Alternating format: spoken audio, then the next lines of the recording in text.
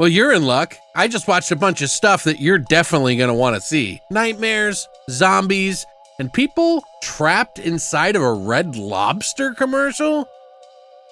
Yeah, it's going to get weird. Let's check it out.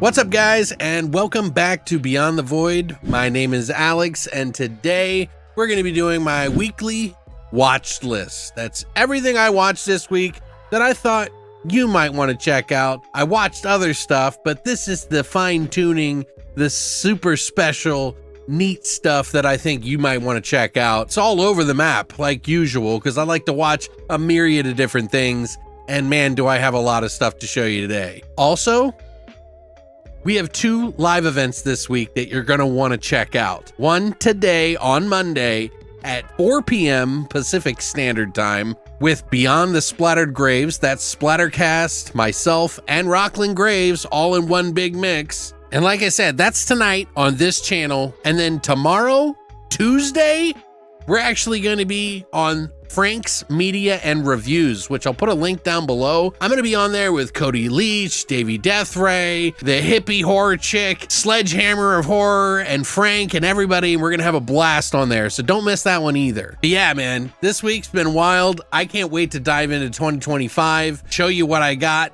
There's so many movies that I could show you guys, so if you like finding new movies that no one's talking about, well, then you need to lock into this channel and hit subscribe right now. As always, guys, links to all the physical media, if you want to pick up a Blu-ray or a DVD of this, are going to be down below. And I'll tell you where to watch it if you want to just watch it online. But without further ado, let's get into my weekly watch list. First up, we have Handling the Undead.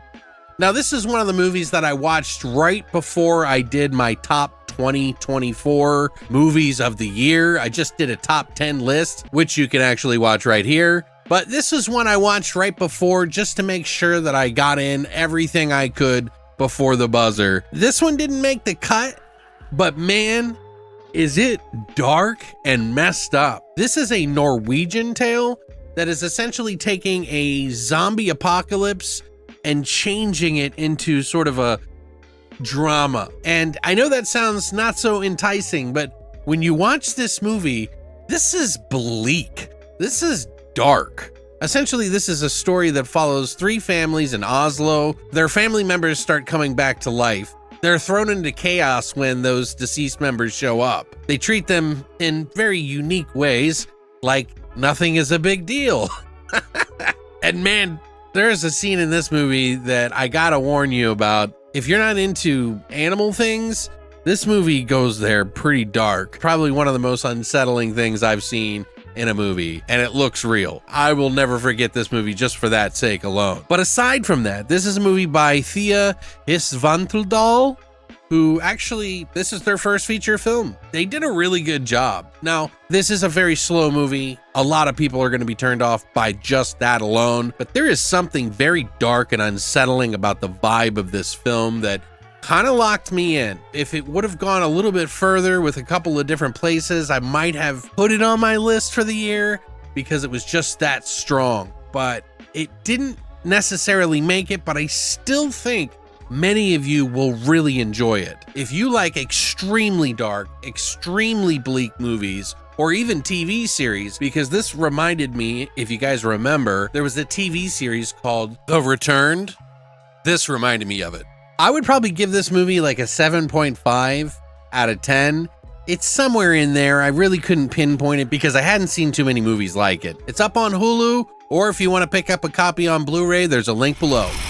Up next, couple of things that I thought I would bring to you guys that are different for this weekly watch list, and that is two shorts. Now, these are short films that you can watch on YouTube that you don't have to buy, you don't have to do anything, have a streaming service or anything. Just go to YouTube and watch them. I put links down below for you to check them out. Up first, we have Great Choice, which is a 2017 short that was directed by Robin Komisar, who honestly, I think needs to do more. Robin did a crazy short that I thought was hilarious and just a lot of fun and really thought-provoking. It's a story about a Red Lobster commercial. Yes, an actual Red Lobster commercial. One of the actors in the movie, or characters, who's asking for something new at Red Lobster, gets caught in a loop and starts to become self-aware as the commercial goes out of control and gets bloody, violent, and hilarious. This was a lot of fun. Christina and I both watched it together and had a blast watching it,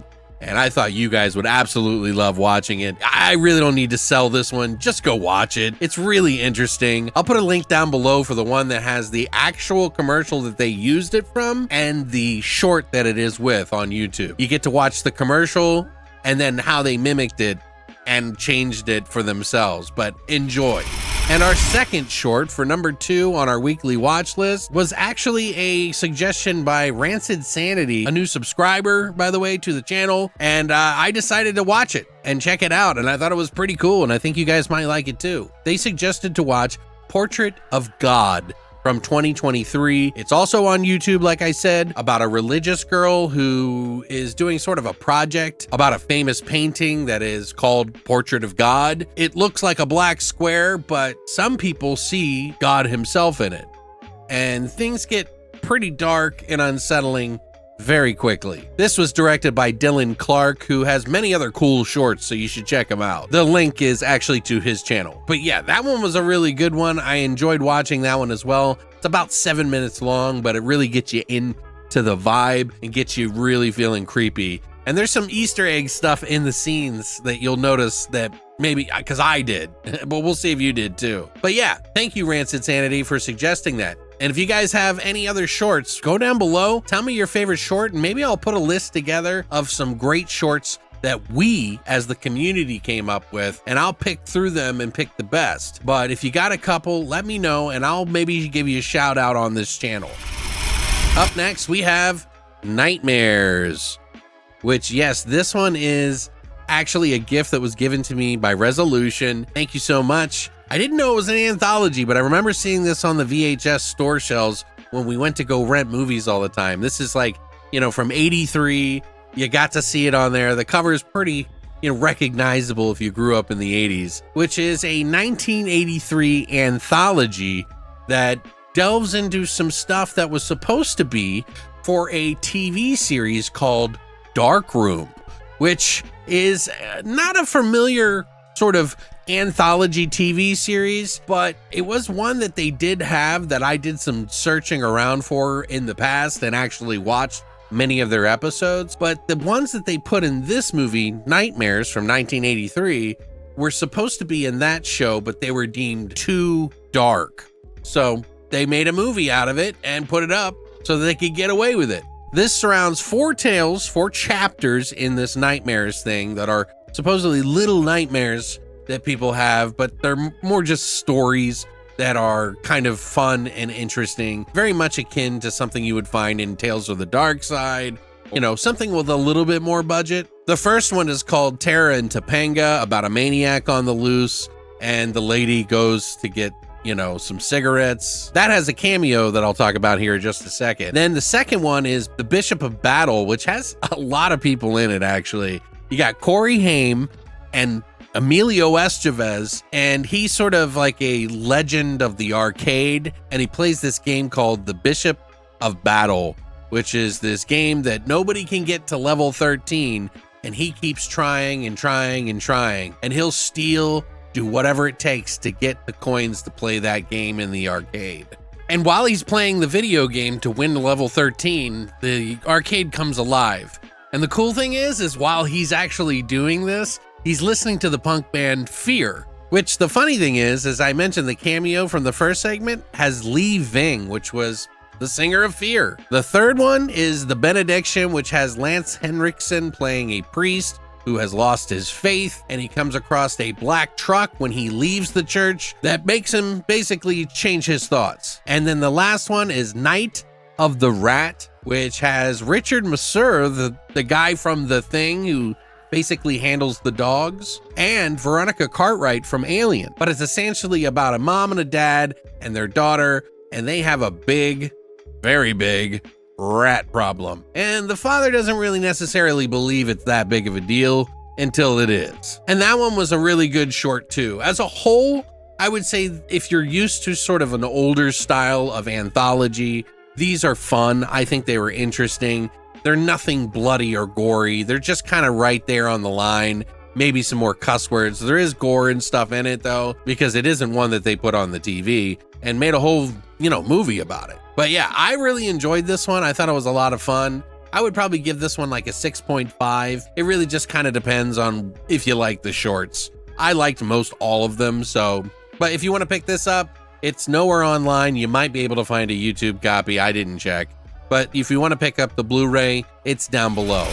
Up next, we have Demon City Shinjuku, which is another movie that was given to me last year by Resolution. I'm trying to go through my whole catalog of all these different movies that I haven't caught up to. And this weekly watch list has really helped me do that. But yeah, this one is an anime. Director Yoshiaki Kawajiri, who actually is the director of Ninja Scroll, Cyber City Oeda 808, Wicked City, which this reminds me of a lot, and Highlander, The Search for Vengeance, which I also just got. This one's pretty cool. It is a little bit grating. It takes a little while to get through. And if you're not into subtitles, the dub for the English on this one is terrible. I mean, it just seems really weird. It just does not seem like it fits. This is back when they were doing kind of some crazier versions of the English language on these. But this one's about two students that study ninpo, which is like a really different type of martial arts in Japan. And one of them turns evil and kills the other student off, who is also a master of ninpo as well, so that he can open a portal to the demon dimension and let all these monsters out into the world. He successfully kills that guy, and 10 years later, after the city has sort of fallen as the portal's starting to get wider and wider and wider, the son of the guy who was killed has to go in and fight the guy who killed his father. Although he's not very interested about saving the world so that this guy, Reba Ra, can open the portal even bigger and literally destroy the world. But he is interested in females, and so he does it for a girl. Which is silly. He meets a ton of different people on the way to this like fallen city that has demons everywhere. He battles like all these different creatures and stuff. There's different types of them. Pretty good mix of monsters, which is what I like to see in an anime, is like a lot of different characters. Well, it's got that sort of Ninja Scroll sort of vibe about it, except not as good. He meets like a couple people on the way that he has to battle like each of these characters, and then it's a big battle at the end. And it's actually a wooden sword, by the way. I would say that this one is about a 6.5, maybe a 6 out of 10 on this one. It's a little tropey, and it also feels like a bunch of different characters from his other properties, but it's got a lot of monsters in it, and that's what I like about it, at least, so maybe you will too. This one you can watch on Prime or Plex for free, or wishlist the movie down below. Up next, last but not least on this week's watch list, number 5, Shallow Ground. Don't dig too deep.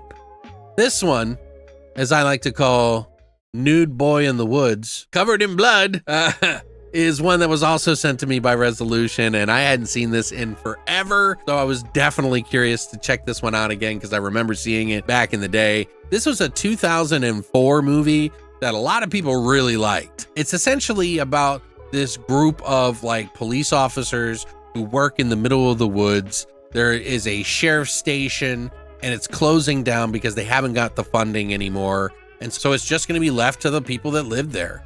The deputies and the sheriff all have to team together because a naked teenager shows up at the doorstep of the police station the day they're leaving, covered in blood with a big survival knife. They don't know why he's there. This movie starts to kind of unravel as you watch it, and it's much better as it goes on. It really opens up pretty big once you get past the halfway marker in this movie. Up until that point, there's just a lot of really weird things that'll kind of like lead you along and make you wonder what's going on, which I think they do a fairly decent job. Definitely feels like a late 90s, 2000s teen horror movie. but it's definitely not. It just has that music and that vibe about it that you'll notice when you see it. But story-wise, I really gotta applaud this one. I thought it was actually pretty interesting. It's one that's by writer and director Sheldon Wilson, who has done a myriad of other different horror movies, none of which ever stuck quite like this one did. He also did one called Screamers: The Hunt, which is part 2 of the Screamers movie with Peter Weller, who, man, that movie, I love that movie for some reason. It's like a really good cheesy 90s movie, but I never did get to see the sequel that came out in the 2000s. I think it was 2006. But yeah, I really enjoyed this movie a lot more than I was expecting. It has its problems and its issues, but it's totally watchable, and I would give this one like a 7. But yeah, it's definitely worth watching, and you may like it even more than me. You can't watch this online anywhere, but you can buy a copy on DVD down below for super cheap, like $6 to $10. So if you want to wish list it or pick it up for yourself, the links are down below. But yeah, that's everything this week, guys. I really wanted to kind of dig in there and do some different things with it. You know, I really like doing it because I get to go through my collection and just get it out there for you every single week. So there's at least 5 things, or 6 in this week's case. If you want to find more horror movies that nobody's talking about, I'm your man. Come back, I'll help you find some more. Thank you guys so much for coming by and watching this video. I really appreciate your support here. We got so much planned that I can't even wait to tell you about. So be on the lookout for a haul video, a big surprise, and so much more. But yes, thanks for coming by, and as always, long live the void.